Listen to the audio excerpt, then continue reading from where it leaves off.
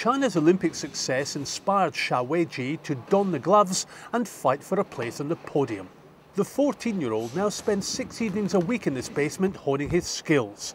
That is, after a day of training and lessons at a nearby sports school. I get very tired.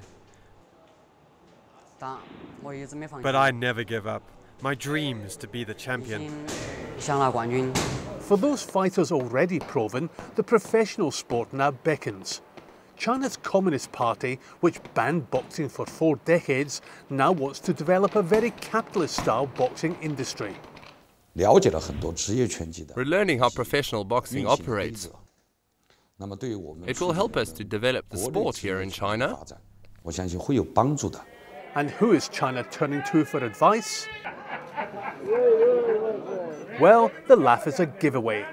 Enter China's new king, well rather Don King, here in Chengdu, Sichuan, to promote this region's first heavyweight championship bout and establish a toehold in the emerging market of Chinese professional boxing. China is the new frontier. Nihai, woman zaichi. That means we are together. You know what I mean? And so we're going to demonstrate to the world that China and the rest of the world can come together and work in harmony. As the big visitors are weighed in ahead of their fight, local officials and media get a first lesson in developing a boxing industry. You need a showman.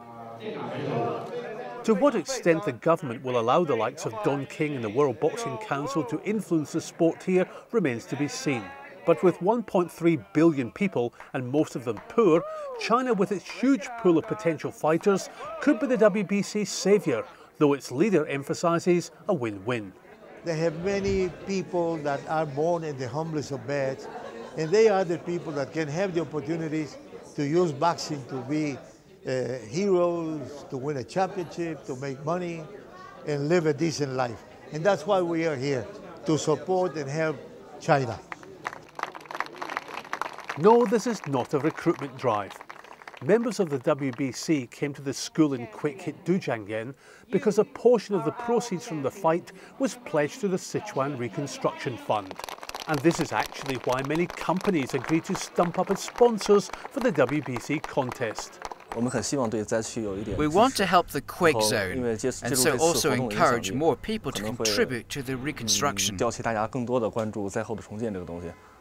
So boxing itself isn't yet a must-do for potential local sponsors. In the embryonic Chinese pro-boxing marketplace, however, officials see there's money to be made, though any competition for TV rights is skewed as the Communist Party controls the media. As for potential local promoters, they're hesitant. That's because up to now, the sport operates in a grey zone. There are very few pro boxers. China's professional boxing is not officially set up yet. All we really have is training for the Olympics. And that's for amateur boxers, with the best supported by the government. Pro boxing, on the other hand, could help the majority of clubs that receive little or no outside support to attract and train young talent.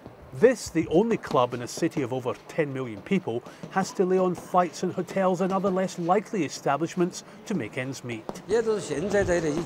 Organise fights between our best boxers in tea houses and bars so we can keep going. The standard of amateur boxing, however, is high, which could help the transition to professionalism. As for an audience, although individual foreign boxers enjoy little popularity here, unlike soccer or basketball stars, there's still a sizable interest in the sport. Some 14 million Chinese every week watch a TV boxing programme that features pro boxing from abroad. Bring on homegrown talent and that number could soar. Who knows, Xiao Weiji could have the chance to make a career from a sport that was banned until the late 1990s. And some of boxing's seasoned wheelers and dealers could get a slice of the action. And so now we can establish a new credo of making people work together around the world. And I'm very proud to be a Chinese.